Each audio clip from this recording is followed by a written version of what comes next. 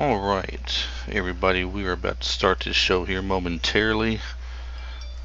We are just getting a few things here, loose ends tied up. Everybody, we are about to start this show here momentarily. Today, we will be talking Jeff Jarrett's introduction to the WWE 2018 Hall of Fame. A lot of people belly aching over it, like they do every year over somebody getting in. It's always one person at least that no one likes, and questioning why he's in over somebody else. But there's plenty of deserving people to go in. It just so happens that this is going to be his year, and there's probably a tie-in with it as well. People rumor that he's only in because Vince McMahon wants to get his hands on the TNA library for the WWE Network, and that'll eventually make it there anyway, no doubt about that.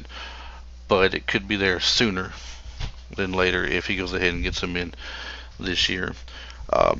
Strong rumor, however, is that it's not Vince McMahon pushing for him to go in, it's Triple H pushing for him to go in instead. I'm not sure what's behind that unless he's thinking business aspect as well.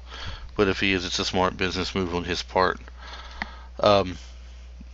Jeff Jarrett. A lot of you know him from his first appearance in WWE when he come in. Cocky redneck, wannabe singer, had the Road Dogg as his roadie at the time. Came in with that guitar, flashy outfits, big giant sunglasses, double J on his cowboy hat, and he'd always spell out that name. It's JEFFJARRETT, double J, Jeff Jarrett. And it was enough to drive you insane after a while, but a lot of you didn't see him before he made his appearance and debut in WWE. His actual debut, he was 18 years old when he hit the wrestling ring, 17, almost 18 when he started refereeing for the Memphis organization, Memphis, Tennessee, that his father Jerry Jarrett ran. He's one of those second generation wrestlers that did get a lot of flack from people saying he only got where he was because of his daddy. Same thing people might say about some other people, but he's proved his worth in the ring as well over the years. Not only that, but outside of the ring and the business aspect of it as well. For those of you who don't know what his business aspects were, TNA Wrestling, he also carried on the name NWA Wrestling when the NWA and WCW split apart and became two entities. He carried the NWA on through the same area for the most part where his father was big during the time he was doing wrestling and everything as well. Dusty Rhodes was a big help with that with him. He and Dusty took off with NWA and made something fairly decent with it for a while with a lot of good names coming through there. But eventually it went on its own way and nothing really came out of it. Jeff turned around, turned it into TNA Wrestling, total nonstop action. It was unique in the fact that it had an octagon ring, 8-sided ring, versus the usual 4 corners. He brought in some new names to the business that people had not heard of much. He took advantage of the WCW letting go of AJ Styles, not knowing what they really had, and made something really big out of AJ Styles. He was the man there for a while. He made the Cruiserweight division better than what it had been, called it the X division there with Jerry Lynn and Sanjay Dutt, Christopher Daniels, Christopher Sabin. Oh my gosh, so many people. I can't remember them all, but a lot of great names come through there and participated in the X division. A lot of great matches there. He also brought in Samoa Joe as well as, like I said, to compete with AJ Styles. And AJ Styles and Christopher Daniels had a lot of great matches as well, a lot of good wars. So that was something interesting to see. But his wrestling contribution before WWE was huge as well. He started off immediately feuding with Robert Fuller's Stud Stable, which was pretty big in Tennessee at that time. It had been big a while before that, before he even came to the Memphis Wrestling there. Robert Fuller, Jimmy Golden, Brickhouse Brown, and a couple of other people I believe was there with him. Most of the time it's just Robert Fuller and Jimmy Golden, but still, depending at the time. But I think Phil Hickerson might have been a part of it at one point too. That's more like a name you'd only hear if you did watch that territory of Memphis Wrestling. as far as Phil Hickerson is concerned. Um, Robert Fuller, of course, went on to do other things, such as Colonel Parker that he did in WCW, and he was Jeff Jarrett's manager in WWE when he first got there. Um, Not sure if that was Colonel Rob Parker or if that was a different one. He has two different characters that are similar, one in WCW, one in WWE, but they're pretty much the same thing either way you look at it, different names. Um, but they feuded for a good while. Started off with Robert Fuller breaking his arm, and went from there. They eventually turned into a tag team with each other and took on the likes of people like the Moondogs, Eddie Gilbert, a lot of big names that come through there. They took them on. Jeff Jarrett also teamed up with Pat Tanaka, who was a former member of the tag team that Diamond Dallas Page managed when he first broke into business, called Bad Company. It was Pat Tanaka and Paul Diamond. But before Pat Tanaka turned heel, he wrestled with Jeff Jarrett as a tag team against the likes of Tojo Yamamoto's team of Akio Sato with Tarzan Goto. A lot of big feuds going on there for a while. That probably drug on almost 2 years, but it was very exciting. You have Jeff Jarrett teaming with Billy Travis, who unfortunately passed away years ago, way too early. Good young talent, just like Jeff Jarrett was when he came out, and had a lot of stuff ahead of him. But honestly, I can't remember why he passed away. I don't remember if it was a drug overdose or something natural, or what it may have been. But he is gone as well.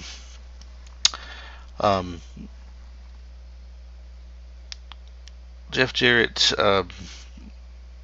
when the WWE, Vince McMahon and Jerry Jarrett started talking about talent swap to kind of build some people up of his own and to bring in some of the lower end people on Vince's roster that would be top of his roster for some new stuff to go on. That's when Jeff Jarrett first made the move over and started getting bigger than what he was. About that same time, you seen Jerry Lawler's kid, Brian Christopher, do the same thing.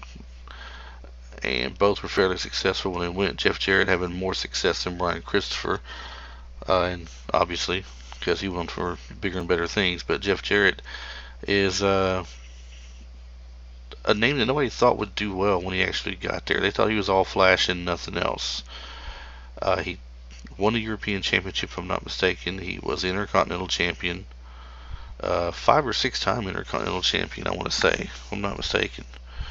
I know it was multiple times. Had a disagreement with Vince McMahon business-wise for his contract, where they wanted him to job out to China, and he didn't want to do it. It didn't seem, legit wrestling that a guy's going to come in and just lose to a woman just because she's a big bodybuilder and let it go at that. He didn't want to do it, but I think eventually it happened and he left.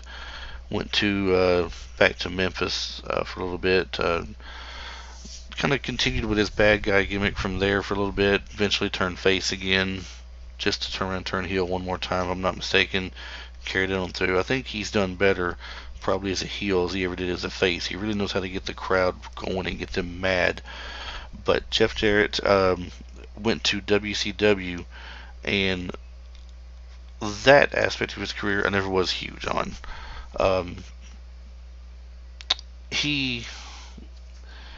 Well, let's go back to WCW in a minute. Let's go back to TNA wrestling for a bit, because TNA actually came before him going to WCW. He was running the TNA organization when he left WWE, and the only mistake he made, I think, for the most part, was booking himself as top draw a lot of the times, where he should have concentrated more on AJ Styles.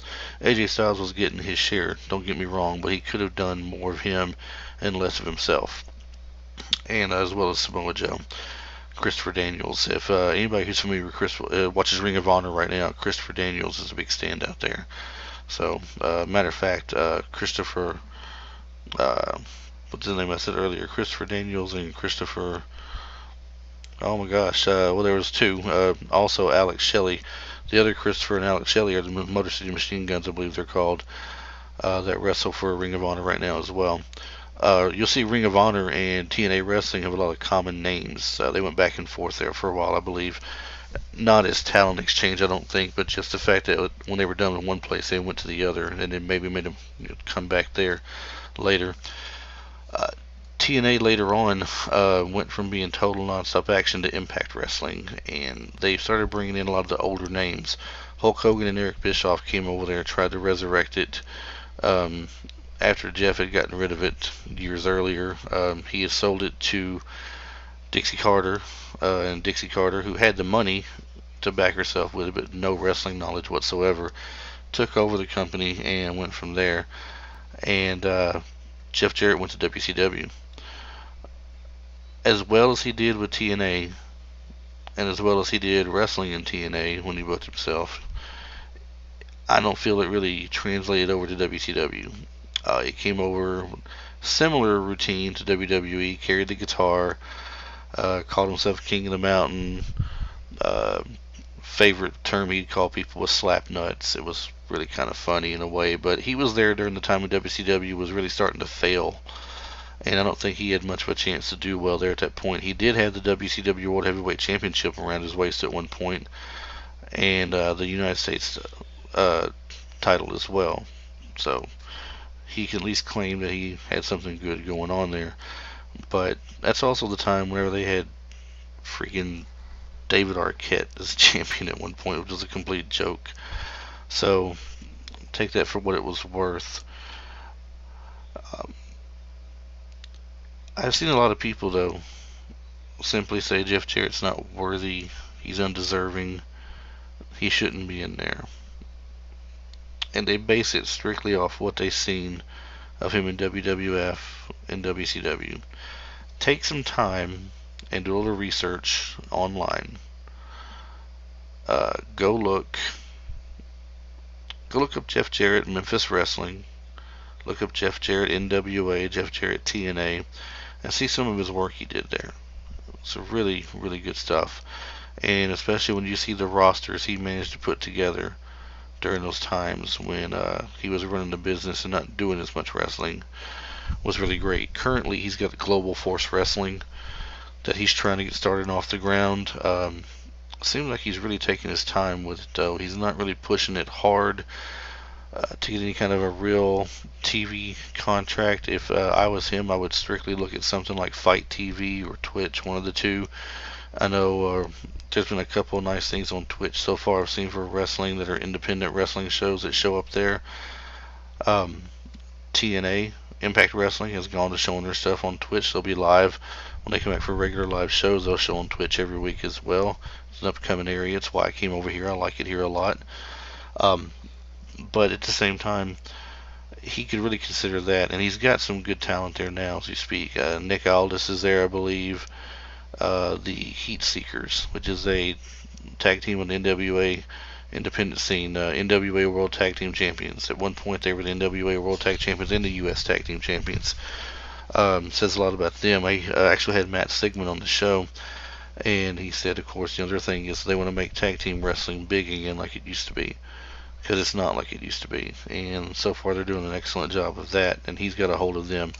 So hopefully that will turn out something bigger here soon, and he can have a weekly show back up again like he did with TNA when he was running things there. Back to WWE, never was thought that he would come back there again for anything. It was bad blood when he left with Vince, but Vince has kind of buried the hatchet, I guess you could say, with a lot of people thanks to Triple H being there. He's kind of helped pave the way for some things, like for Bruno Sammartino to come out and to go into the Hall of Fame and such. Paved relations with superstar Billy Graham. Just a lot of people. And I guess it shouldn't be too much of a surprise that they worked something out with Jeff Jarrett as well. But no one thought the day would ever come they would see Jeff Jarrett have anything to do with WWE. But the same can be said with last year with Jim Cornette when he came out and inducted the Hall of Fame. Inducted the Rock and Roll Express to the Hall of Fame. No one thought that Jim Cornette would set foot in anywhere that WWE was at any time, and he said it came back and didn't feel that bad. So I could see Jeff Jarrett maybe in the future working something out with him, making some appearances. Maybe even doing something with Global Force Wrestling with him, like his father did with USWA Wrestling back in the day, for some talent exchange. Because there's a lot of people with WWE right now. When you throw in the roster of the entire cast there, it's just not getting their time to shine. There's some people that could go there and do well. Matter of fact, the people who were with the Maharaja there, they used to be the Bollywood Boys that was with GFW or GWF. So maybe they could make a return appearance or something. But in the meantime, let's just kind of cover real quick the rest of the people who are going to be there. I want to talk about Jeff Jarrett first because in my eyes he was the biggest one that I want to talk about because the way people were saying he was undeserving. But the rest of the crew going in so far that we know of, we've got the Dudley Boys for the tag team. Great choice. Multiple time tag champions with the WWE and ECW. You've got Ivory, which started out in the Glow Wrestling, Gorgeous Ladies of Wrestling. She was Tina Ferrari back in the day, and of course, Ivory with WWE with several great gimmicks that she worked there. She's a former Divas champion as well. And the big draw this year, I believe, is Bill Goldberg. We of course seen that coming earlier in the year when he had those other matches that were going on. He'd probably be in the Hall of Fame this year. I'm surprised there's not more backlash on Goldberg being in the Hall of Fame than what there is. A lot of people kind of dislike him being in the ring because he doesn't go more than 5 minutes for you.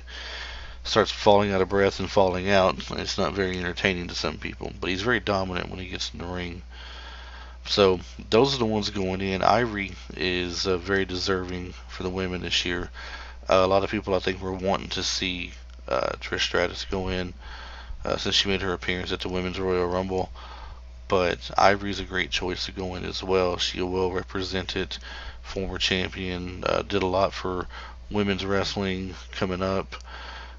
Very similar to Jeff Jarrett, how he did a lot for the business. It's not just his career wrestling, it's what he did for the business too.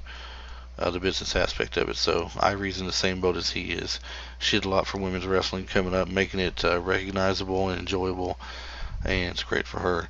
The only thing about the Dudley Boys that I have a beef with is that they portrayed them to be the greatest tag team ever. The greatest tag team ever is already in the WWE Hall of Fame, and that's the Legion of Doom, the Road Warriors. Everywhere they went, they held gold. Everywhere. Not just WWE and ECW. We're talking WWE, WCW, AWA, All Japan Pro Wrestling, New Japan Pro Wrestling, everywhere. Wherever they went, multiple time tag team champions. Definitely the greatest tag team by far, well over the Dudleys. But we are talking mostly WWE fans here. And if WWE is to continue to be the measuring stick for the Hall of Fame and not an actual true Hall of Fame, then you have to start looking at other teams than what has been in the WWE. I was really surprised the Rock and Roll Express got in last year, but very happy. But we're still missing the Midnight Express. We're missing the Fantastics. The Four Horsemen are in there as a group, but we're missing Arn Anderson and Tully Blanchard as a tag team. They were great. We're missing Barry Windham as an individual, who was great. Also Blackjack Mulligan's son, who's already in there.